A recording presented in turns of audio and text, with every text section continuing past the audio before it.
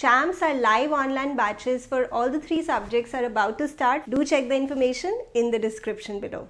Feeling unprepared for exams? Nothing to worry about. Just download the Vidushi Commerce Classes app where you can find all our courses with full syllabus coverage for all the 3 subjects. The link of the app is in the description below. Do check it out. And now on to today's video.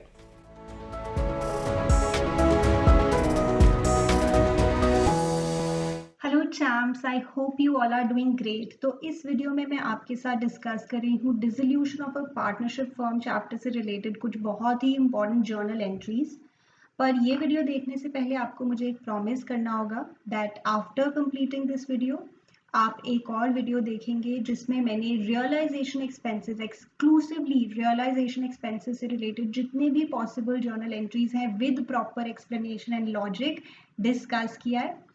So if you watch this video and that video तो आपकी सभी possible journal entries cover हो जाती है dissolution chapter में से। और आपको पता है that journal entries from dissolution chapter these are very popular in exams nowadays.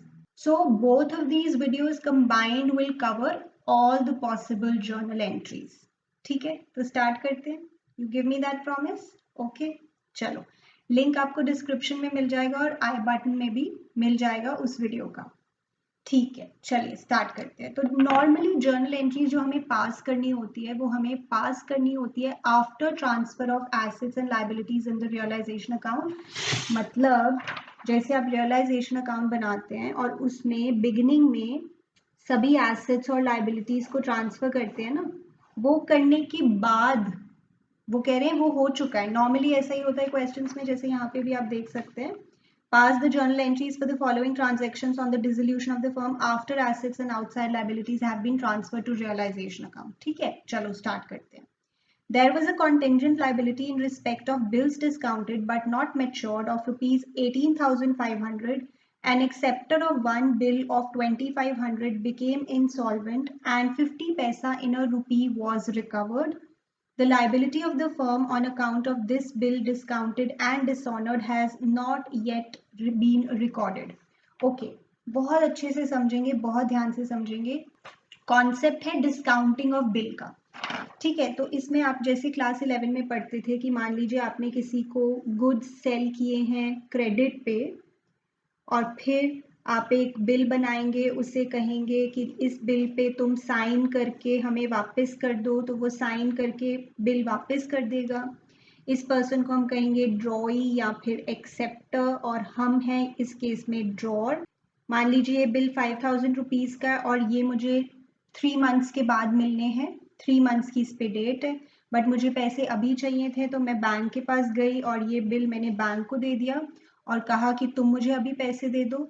तो बैंक ने अपनी कुछ फीस चार्ज करके मुझे पैसे दे दिए। सपोज 4,500 रुपीज़ उसने मुझे दे दिया और 500 की फीस इसने अपनी रख ली। पता है ना ये बातें आपको, इसे डिस्काउंटिंग चार्जेस कहते हैं। जैसे 500 के डिस्काउंटिंग चार्जेस हो गए और ड्यू डेट पर बैंक ड्रॉई के पास जाएगा और फिर 5,000 रुपीज़ ले लेगा, सारा काम ठीक हो जाएगा। मेरा क्या फ़ायदा है कि मुझे टाइम से जल्दी पैसे मिल गए, चाहे 4,500 रुपीज़ मिले बट टाइम से जल्दी मिल गए, और बैंक का तो फायदा हो ही गया 500 रुपीज़ का। ठीक है, तो एज अ ड्रॉर मेरी ये एक कॉन्टिंजेंट लाइबिलिटी होती है। पता है क्या? Bills discounted but not matured. यानी कि मुझे डर लग रहा है अंदर से कि अगर कहीं ड्रॉई ने बैंक को पैसे नहीं दिए तो बैंक मेरे पास आ जाएगा, तो ये मेरी कॉन्टिंजेंट लाइबिलिटी है।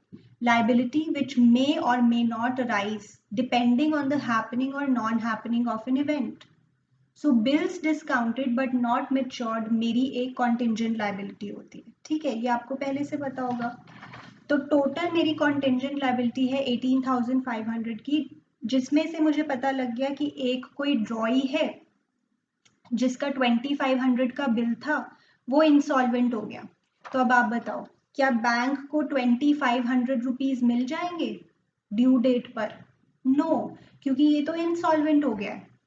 तो बैंक तो मेरे पास आएगा और मुझे बैंक को पैसे देने पड़ेंगे, राइट? अब मुझे बैंक को 2,500 रुपीज़ देने पड़ रहे हैं और आपको पता है रियलाइजेशन अकाउंट में जैसे यहाँ पे हम वो चीज़ें लिखते हैं जो हमें पेमेंट करनी है जिन चीज़ों की। तो एंट्री क्या हो गई मेरे लिए, realisation account debit to bank account 2500 ठीक है।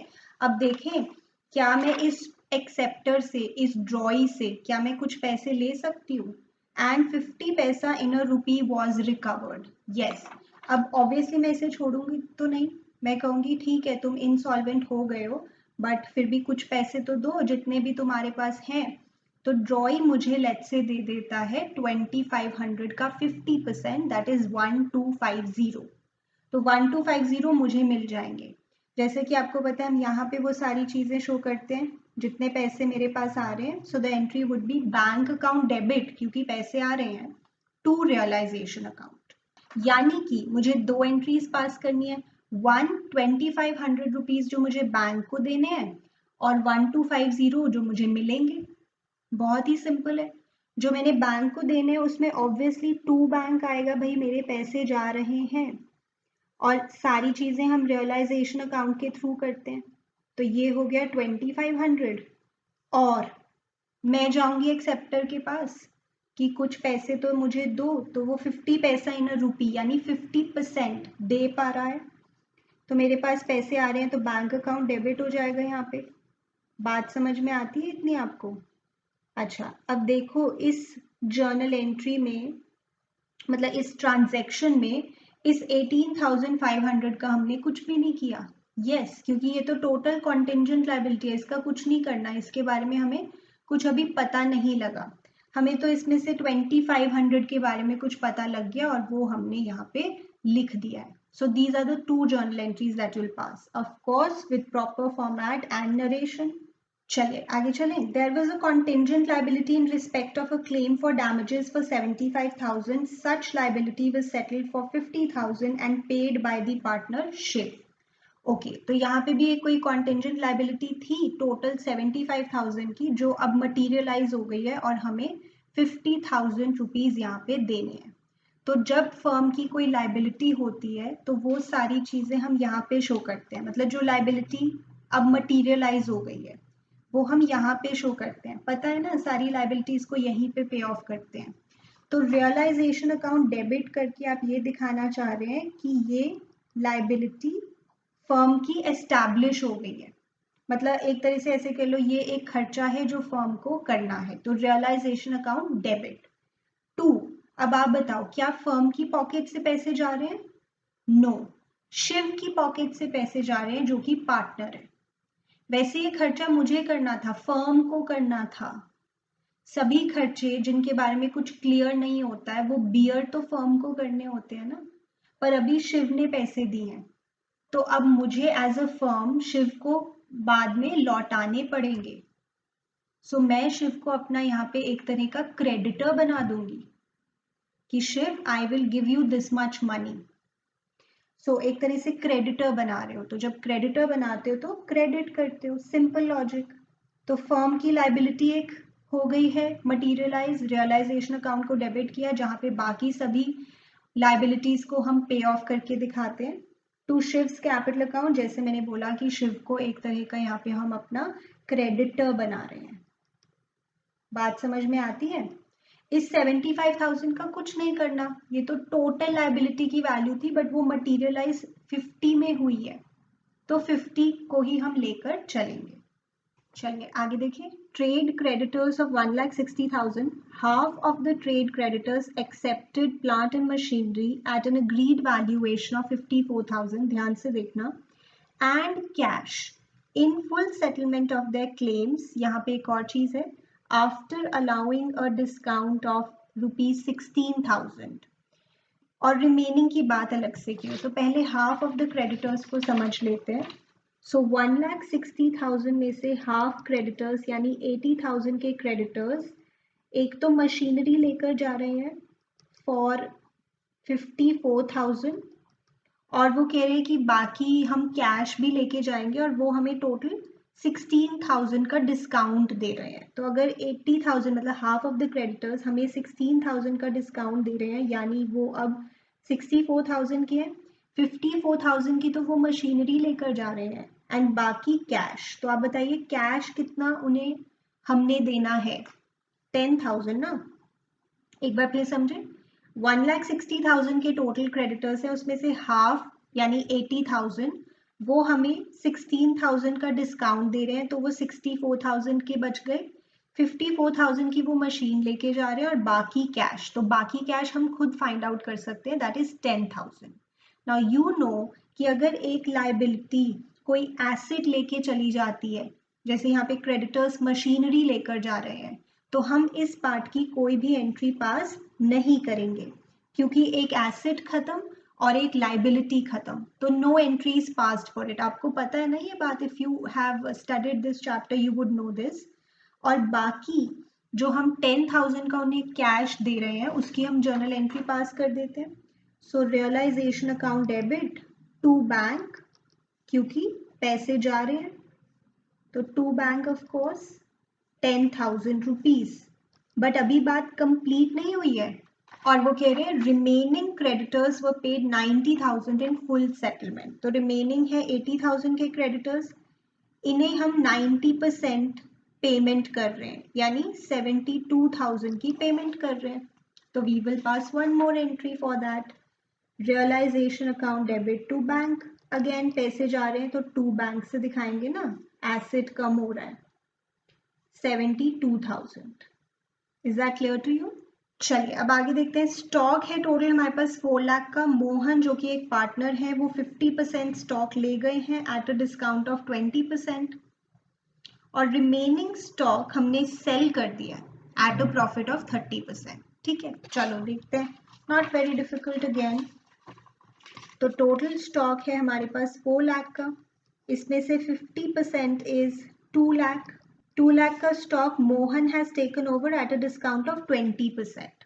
सो 20% ऑफ 2 lakh इज 40,000, यानी 1,60,000 का मोहन स्टॉक ले गया, एंड बाकी हमने 50% यानी 2 lakh हमने मार्केट में सेल कर दिया at a profit of 30%। 30% of 2 lakh is 60,000, तो 2,60,000 का स्टॉक हमने मार्केट में सेल कर दिया। तो जो मोहन स्टॉक लेके जा रहा है उसकी क्या होगी जर्नल एंट्री? आपको पता है जैसे एसेट्स हम यहाँ पे ट्रांसफर करते हैं, लाइबिलिटीज इधर, और जब एसेट्स लेके चला जाता है पार्टनर या मार्केट में सेल हो जाते हैं तो इधर लिखते हैं ना।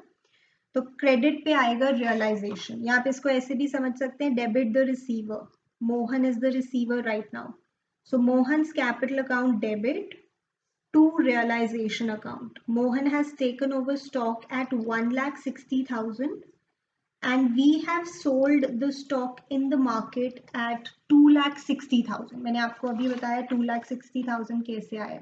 तो हमने सेल किया है तो हमारे पास पैसे आ रहे हैं, इसलिए bank account debit to realisation 2,60,000. I hope this is clear to you, right? चलिए आगे देखते हैं। So in this chapter provision for doubtful debts का जो ट्रीटमेंट है ना, that is quite different from what you study previously in partnership के chapters, admission, retirement, death. तो यहाँ पे डेटर्स हैं हमारे 2,64,000 के, जिन्हें आपने ट्रांसफर कर दिया होगा रियलाइजेशन अकाउंट में। प्रोविजन फॉर डाउटफुल डेट्स को आप अलग से ट्रांसफर कर देते हैं like other liabilities, and then they are saying कि 48,000 के जो डेटर्स हैं वो बैड हो गए। ठीक है, यानी what they're trying to say is that out of total debtors of 2,64,000, 48,000 are bad. That means the rest are paying us money. We are getting the remaining amount. यानी simply आप कहेंगे कि 2,64,000 के debtors में से 48,000 के bad हो गए, तो 2,16,000 you are getting. And you're going to pass entry for that. Bank account debit to realization account 2,16,000. यहाँ पे प्रोविजन का कुछ क्यों नहीं करना है, क्योंकि यहाँ पे हम कैश बेसिस देखते हैं, कितना कैश आ रहा है कितना कैश जा रहा है at the time of dissolution. तो डेटर्स 2,64,000 के है, उसमें से इतने बैड हो गए, so remaining are paying us money. Also provision को आप अलग से सेपरेटली यहाँ पे ट्रांसफर कर देते हो एज एनी अदर लाइबिलिटी, और प्रोविजन को पे ऑफ नहीं करते जैसे बाकी लाइबिलिटीज को पे ऑफ कर देते हैं ना, लाइक बैंक लोन को पे ऑफ कर देते हैं या फिर बिल्स पेबल को पे ऑफ कर देते हैं, but provision for doubtful debts को पे ऑफ नहीं करते, because this is not something that can be actually paid off. So यहाँ पे ऐसा कुछ मत समझ लेना कि इतने के बैड हो गए हैं, इतने का प्रोविजन है, इसमें से कवर अप हो गए, नहीं, nothing like that. You are just focusing on the cash basis. So 2,64,000 के डेटर्स हैं, 48,000 बैड हो गए, यानी you are getting the remaining, which is 2,16,000, and you are not doing anything about the provision, right? चलिए आगे देखते हैं. So here building जिसकी बुक वैल्यू 5 लाख है, आपने 8 लाख की सेल की है through a broker who charge 2% commission. Now in this case you can pass 2 entries. बच्चे जनरली पूछते हैं, तो इसमें 2 एंट्रीज आप पास कर सकते हैं separately for the sale of building and payment of commission, और you can pass a combined entry also. It's not difficult. आपने बिल्डिंग सेल की है तो पैसे आ रहे हैं, you will write bank account debit to realisation account. वैसे भी हम क्रेडिट साइड ऑफ रियलाइजेशन पे दिखाते हैं sale of assets. So you have sold it for 8 lakh, right, and then you are paying a commission. Payment है तो to bank आना चाहिए. So realisation account debit to bank 2% of the sale value. तो जो भी इंटरमीडिएरी होता है ना, वो सेल वैल्यू पे कमीशन चार्ज करता है. जैसे आपने अगर प्रॉपर्टी डीलर के थ्रू कभी कोई प्रॉपर्टी परचेज या सेल की है, I mean your parents have done it, if, तो सेल वैल्यू पे ही वो अपनी कमीशन लेते हैं, राइट. तो इसमें बुक वैल्यू का कोई काम नहीं है. So realisation account debit to bank account 2% of 8 lakh, that is 16,000, right. और you can pass a combined entry. 8 lakh rupees आ रहे हैं, 16,000 जा रहे हैं, सो नेट में देखें तो 7,84,000 रुपीज आ रहे हैं, right. So bank account debit to realisation account 7,84,000. Either of these you can pass, right. Simple है ना. Okay, then investments costing 20,000 being 1,000 shares had been written off from the books. These investments are valued at 15 rupees each and distributed between profit sharing ratio. तो आपको पता है कि जो assets हम sell कर रहे होते हैं at the time of dissolution, वो हो सकता है unrecorded assets हो सकता है वो completely written off assets हो. क्या मतलब है कि books में investments की value हमारी खत्म हो चुकी है, written off बुक्स में, बट वैसे इन्वेस्टमेंट्स अभी सेल हम कर सकते हैं एट 15 पर शेयर, जैसे यहाँ पे शेयर्स की बात हो रही है. सो 10,000 इंटू 15 यानी 15,000 रुपीज की इन्वेस्टमेंट्स की अभी वैल्यू है, जो हमने पार्टनर्स के बीच में डिस्ट्रीब्यूट कर दी. मतलब इट इज लाइक कि कोई एसेट पार्टनर लेके जा रहा है. तो आपको पता है अगर कोई एसेट पार्टनर ले जाता है, आप थोड़ा सा रियलाइजेशन अकाउंट से भी सोच सकते हैं. ऑफ कोर्स जैसे एसेट्स को वैसे आप यहाँ पे लिखते हैं पहले, और अगर मार्केट में सेल करते हो so here you right by bank, और अगर कोई पार्टनर ले जाते हैं तो उसका नाम यहाँ पे लिखते हो, राइट. सो यहाँ पे पार्टनर्स लेकर जा रहे हैं. सो यहाँ पे मान लेते हैं ए और बी पार्टनर्स हैं, right. So the entry would be A's capital account debit B's capital account debit to realisation. आपको पता है ना ऑफ कोर्स लेजर से जर्नल एंट्री कैसे बनाते हैं. So this is simple. आप इसको डेबिट द रिसीवर से भी समझ सकते हैं. A's capital account debit, B's capital account debit. So here the value of investments is 15,000 और वो प्रॉफिट शेयरिंग रेशियो में लेके जा रहे हैं. If ratio you don't know तो इक्वल ले लो, राइट. तो यहाँ पे खास बात क्या है इस चैप्टर की जर्नल एंट्रीज में कि हम यहाँ पे एसेट्स के नाम नहीं लिख रहे कि मशीनरी सपोज जा रही है तो bank account debit to machinery नहीं लिख रहे, बिकॉज हम मशीनरी या जो भी एसेट्स और लाइबिलिटीज हैं उनको ऑलरेडी रियलाइजेशन में एक बार ट्रांसफर कर चुके हैं. अब दोबारा उनको जाता हुआ दिखाना does not make sense. So if I talk about this 15,000 की इन्वेस्टमेंट 7,500 पे वो लेकर जा रहे हैं. Okay, so the next one is different. Umang had given a loan of rupees 1,09,000 to the firm. He accepted rupees 1 lakh in full settlement of his loan. सबसे पहले तो इस चैप्टर में partners loan is kind of a different liability. It's not an outsider's liability like creditors, bills payable or bank loan. तो partners loan का treatment different है इस chapter में, and I have made a very comprehensive video covering all the possible cases of partners loan in dissolution chapter, so you must watch that video. I'm sure उससे आपको बहुत help मिलेगी. I'll put the link in the description, आप वो ज़रूर देखिएगा. So partners loan को हम रियलाइजेशन अकाउंट में ट्रांसफर नहीं करते जैसे कि बाकी लाइबिलिटीज को करते हैं, ठीक है. That is one thing, because ये कोई आउटसाइडर्स लाइबिलिटी नहीं है. सो इस चैप्टर में जैसे आप पार्टनर्स लोन को रियलाइजेशन अकाउंट में ट्रांसफर नहीं करते लाइक अदर लाइबिलिटीज जैसे क्रेडिटर्स, बिल्स पेबल और बैंक लोन, क्योंकि ये एक आउटसाइडर लाइबिलिटी की नेचर में ही नहीं होती. सो पार्टनर्स लोन को आप अलग से ही ट्रीट करते हो. सो हियर फॉर 1,09,000 का लोन ही हैज एक्सेप्टेड 1 लाख रुपीज. तो मतलब एक तरह से फायदा हो गया, there is kind of a gain. Normally जब हम एसेट्स को सेल करते हैं या लाइबिलिटीज को पे ऑफ करते हैं, तो अगर कम या ज्यादा पे वो सेल हो रहा है या पे ऑफ हो रहा है, तो उस कम या ज्यादा अमाउंट को हम रियलाइजेशन अकाउंट में शो नहीं करते, राइट. बिकॉज फॉर एग्जाम्पल मान लीजिए एक एसेट है जो वैसे 8 लाख का है बट वो सेल हो रहा है 9 लाख का. तो देखो यहाँ पे क्या है, जो 1 लाख का प्रॉफिट है वो अपने आप उसका रिफ्लेक्शन आ गया ना, because here you have shown 8 lakh, here you are showing 9 lakh. तो अपने आप 1 लाख का जो प्रॉफिट है वो रिफ्लेक्ट हो रहा है. बट पार्टनर्स लोन में क्या है, पार्टनर्स लोन को हम एज अ लाइबिलिटी यहाँ पे दिखाते ही नहीं. यहाँ पे तो नहीं दिखाते ना हम पार्टनर्स लोन को, नो, आप इसको सेपरेटली दिखाते हो. तो पार्टनर्स लोन के केस में अगर कम या ज्यादा पे ऑफ हो रहा है लोन, तो उस कम या ज्यादा वैल्यू को आप रियलाइजेशन में शो करते हो, right. So here partners loan is like a liability for the firm, but अब ये पे ऑफ हो रही है तो इसे डेबिट करेंगे. माइंडेड यहाँ पे हमने रियलाइजेशन अकाउंट नहीं लिखना है for the loan amount. So Umang's loan account debit, ये फर्म की लाइबिलिटी है, अब पे ऑफ हो रही है, सो इसलिए डेबिट पे शो कर रहे हैं. टू बैंक, क्योंकि 1 लाख तो हमें उसको देने पड़ रहे हैं, और जो यहाँ पे बेनिफिट हो रहा है kind of a gain of 9,000, that you are going to show by realisation account, जो यूजुअली हम नॉर्मल लाइबिलिटीज या एसेट्स में नहीं करते हैं. And I told you the reason behind it, कि नॉर्मल एसेट्स और लाइबिलिटीज के केस में एक जगह उसकी बुक वैल्यू आ रही होती है, एक जगह उसकी सेल वैल्यू आ रही होती है, तो अपने आप रिफ्लेक्ट हो जाता है प्रॉफिट या लॉस जो भी है. बट पार्टनर्स लोन के केस में हम प्रॉफिट या लॉस को सेपरेटली शो करते हैं. यहाँ पे एक तरह का गेन हो रहा है 9,000 का, that's why we are showing it on the credit side, क्योंकि गेन हो रहा है, राइट.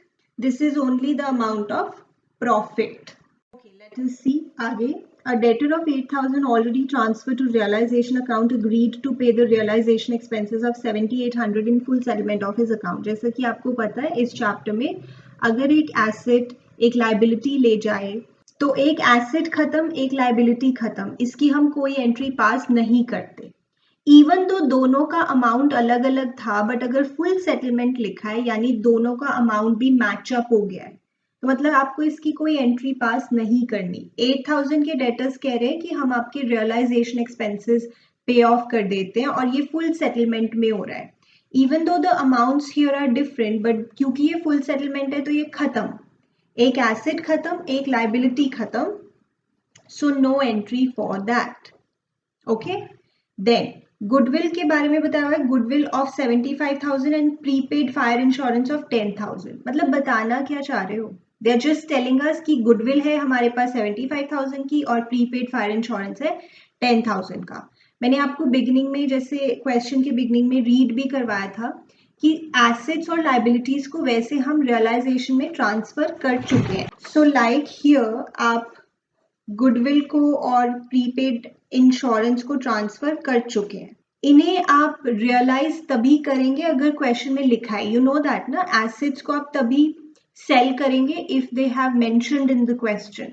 बट लाइबिलिटीज में ऐसा नहीं होता, लाइबिलिटीज को पे ऑफ करना ही करना है, चाहे क्वेश्चन में लिखा है चाहे नहीं, except a few liabilities like provision for doubtful debts और इन्वेस्टमेंट फ्लक्चुएशन रिजर्व.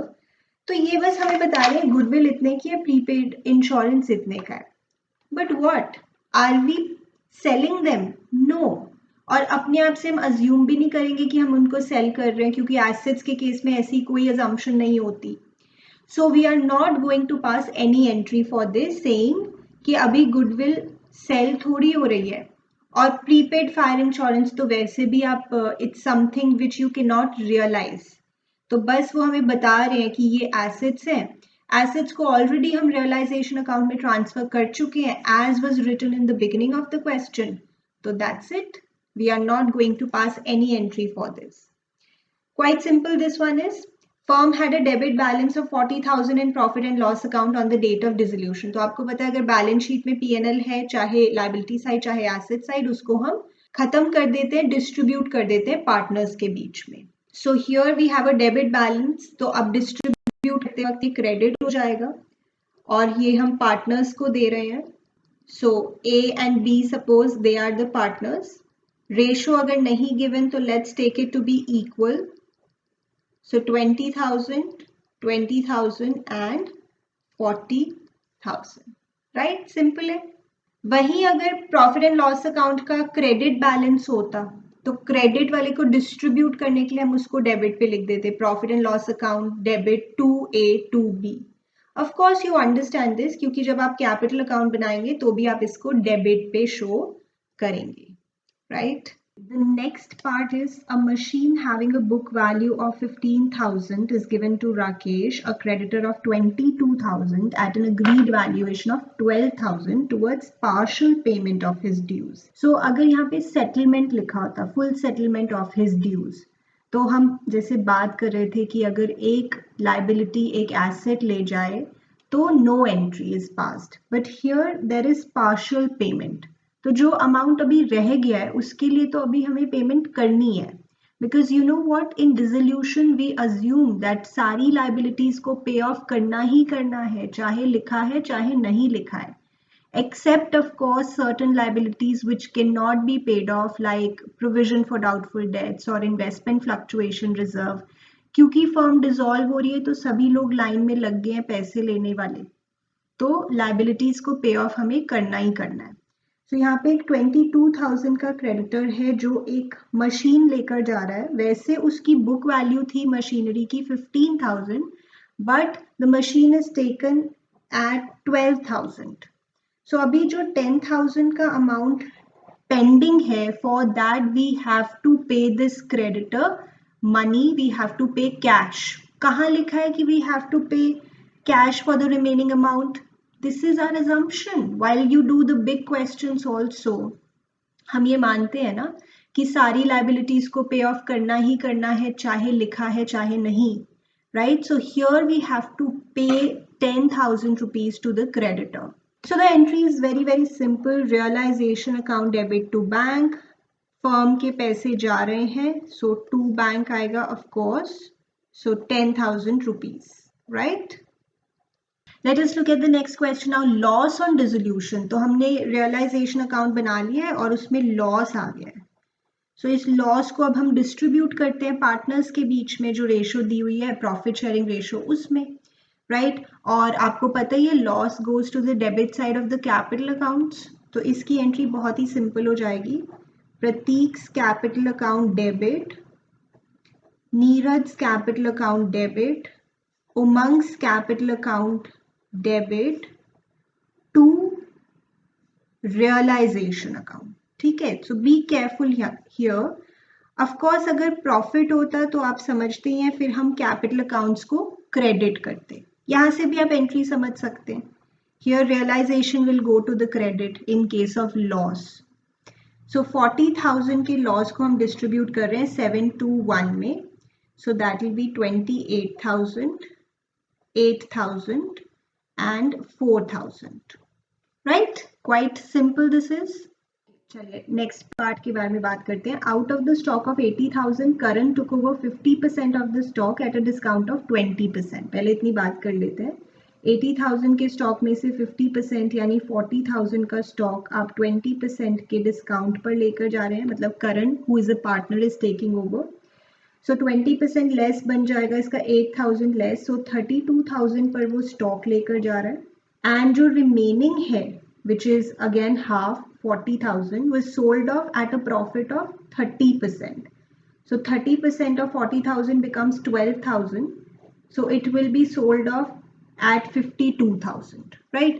बहुत ही सिंपल एंट्रीज हैं इसकी।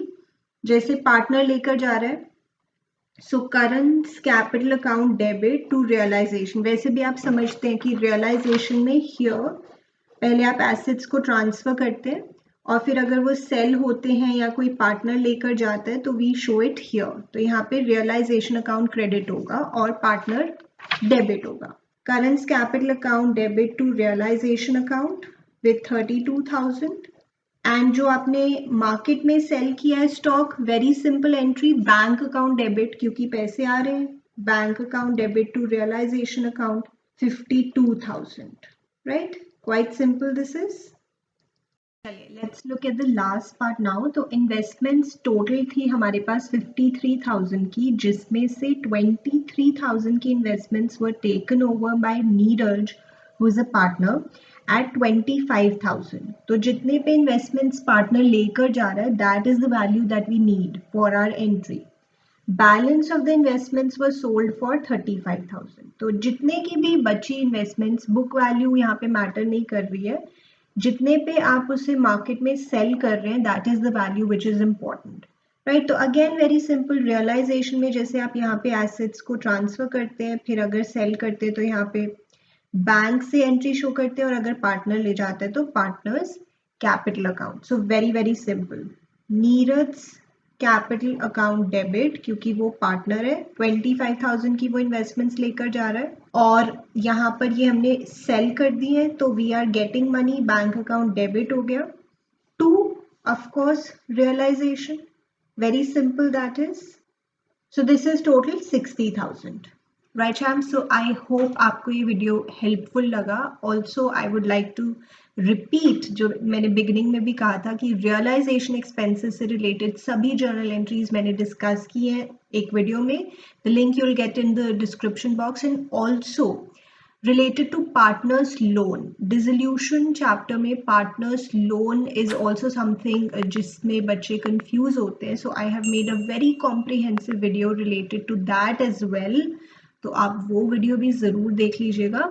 If you complete these videos तो आपका journal entries का पूरा concept cover हो जाता है in dissolution of a partnership firm chapter, right? So any other topic that you want my help in, so let me know in the comment section, और मैं मिलती हूँ आपसे अगले वीडियो में।